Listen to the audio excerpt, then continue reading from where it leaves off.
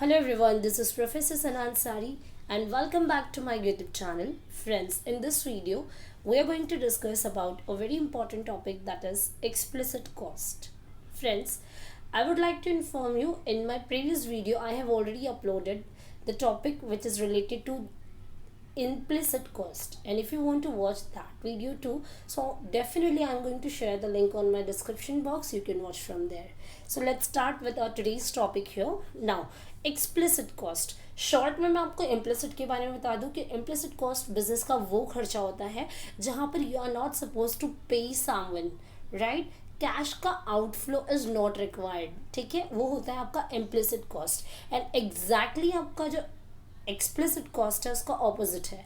मैंने ये कहा कि इम्प्लिसिट कॉस्ट में आपको किसी और को पे करने की ज़रूरत नहीं है। जैसे कि आपके भाई का, आपके ब्रदर का मोटरसाइकिल आप यूज़ कर रहे हो फॉर योर ओन बिजनेस, ठीक है, तो मतलब वो बिज़नेस का कॉस्ट है जहाँ पर ट्रैवलिंग पर्पज़ के लिए आप मोटरसाइकिल यूज़ कर रहे हो, बट उसका आपको कोई भी चार्जेस पे नहीं करना है, ना ही वो आपने ख़रीदा हुआ है, क्योंकि वो तो आपके ब्रदर का इन्वेस्टमेंट रहा होगा। लेकिन the same item you are using for your own business, वो बिजनेस का इम्प्लिसिट कॉस्ट हो गया।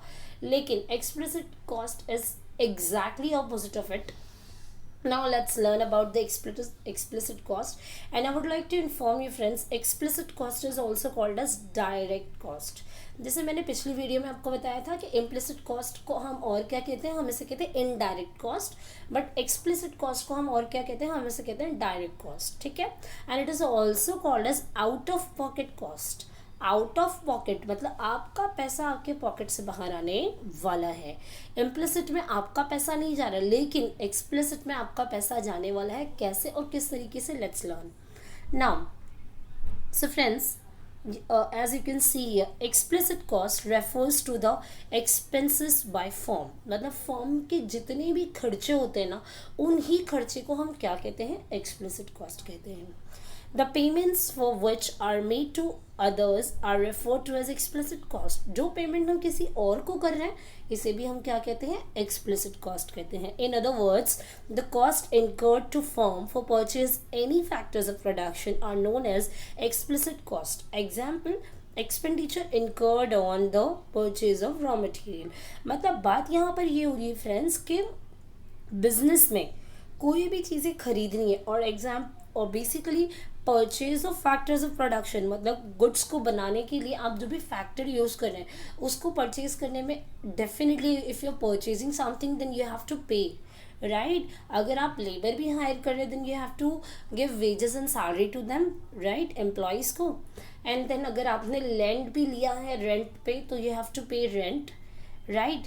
एंड अगेंस्ट उसका दूसरा एग्जाम्पल आप ये भी ले सकते हो कि अगर रॉ मटेरियल आपने खरीदना है then only you have to pay, right. So यहाँ पर आपका आउट ऑफ पॉकेट कॉस्ट है, मतलब आपको पॉकेट से पैसे तो बाहर निकालने ही है। और यहाँ पर एग्जांपल हमने दिया है, expenditure incurred on the purchase of raw material. अगर आप रॉ मटेरियल खरीद रहे हो उसमें जितना भी आपने खर्चा किया, this is what we call explicit cost, okay.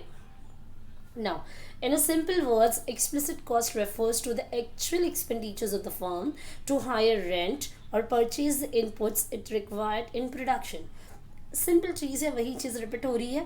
Simple words में हम ये कह सकते हैं कि एक्सप्लिसिट कॉस्ट यानी कि ये वो खर्चा बिजनेस का, वो एक्चुअल एक्सपेंडिचर जहाँ पर आप रेंट वगैरह पे कर रहे हैं, इनपुट खरीद रहे हैं, इनपुट जिनके थ्रू हम आउटपुट बनाते हैं, मतलब फैक्टर्स ऑफ प्रोडक्शन से प्रोडक्शन करते हैं ना, so factors of production are called input, ठीक है।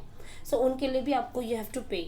They include wages and salaries, payment of raw material, salary दिया, वेजेस दिया, रॉ मटेरियल का पेमेंट किया, पावर, लाइटिंग, फ्यूल, एडवर्टीजमेंट के लिए खर्चा किया, ट्रांसपोर्टेशन के लिए खर्चा किया, या आपने कोई टैक्सेस वगैरह पे किए। सो दीज आर द खर्चा and these are the cost, and these are the cost are called as explicit cost, okay friends. So here we have completed this topic here. If anybody have any doubt and difficulty, you can friendly comment on my YouTube channel. I'm going to definitely solve your queries and issues, okay. So do like and subscribe to my YouTube channel friends. Keep supporting and keep watching.